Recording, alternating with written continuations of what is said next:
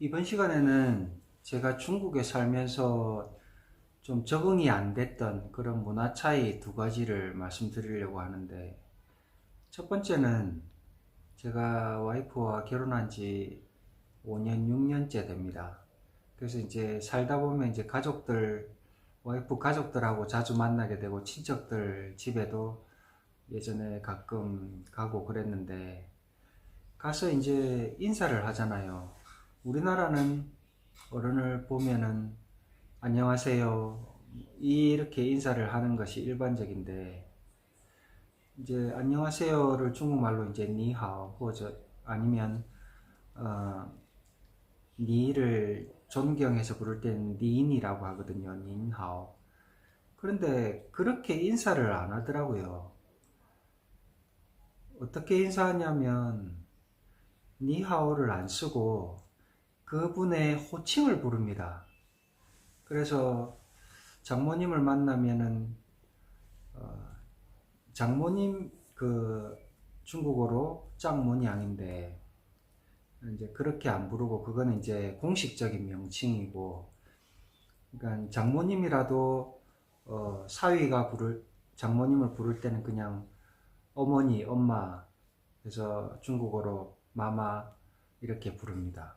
그래서 이제 장모님 집에 놀러 가거나 장모님이 저희 집에 오거나 하면 인사를 할 때 안녕하세요 안 하고 마마 이렇게 그분의 호칭을 부릅니다. 그리고 친척 집에 가서도 그분의 호칭을 부르고요. 그래서 그게 제일 적응이 안 됐던 것 같아요. 그래서 저는 초창기에는 만나면 이제 인사를 할 때 니하오 그렇게 했는데, 이제 적응해서 살다 보니까 그렇게 인사하는 것이 상당히 거리감이 있게 느껴지더라고요. 그래서 한 가족일 경우에는 친척의 그분의 호칭을 부르는 것이 한 가족의 일원이라는 그런 의미가 있는 것 같습니다. 그리고 중국은 어르신을 만나서 인사할 때 머리를 숙여서 배꼽 인사를 한다거나 그렇게 인사를 하는 게 없고요.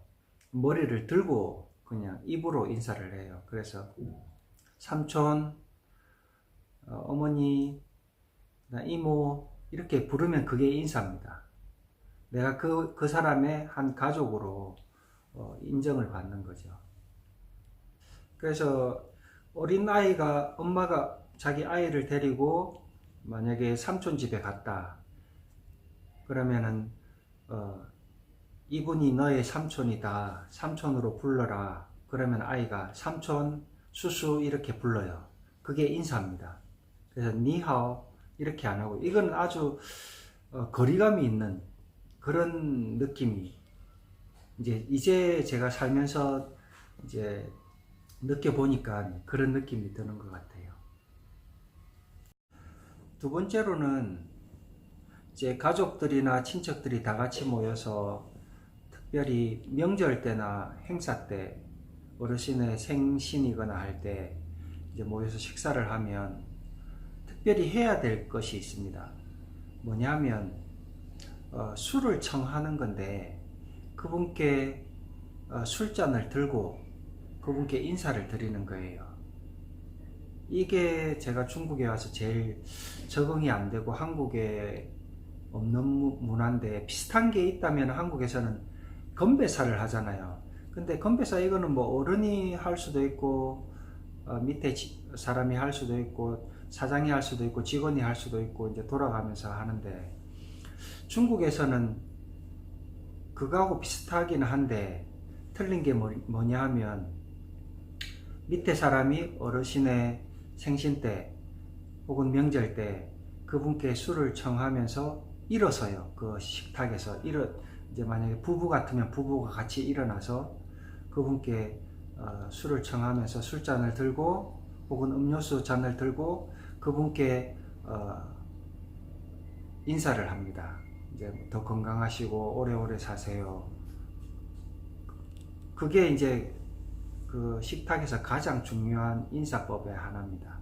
그리고 또 어르신이 여러 명이 있으면 이제 또 순서대로 또 가족별로 그렇게 술을 청해야 됩니다. 그게 중요한 예절 중에 하나입니다. 그게 제가 제일 적응이 안 됐던 건데, 그래서 가만히 있으니까 와이프의 언니죠, 처형께서 니는 왜 술 인사를 안 하냐, 이상하게 예의 없게 있다고 이제 그렇게 말을 해주는 거예요.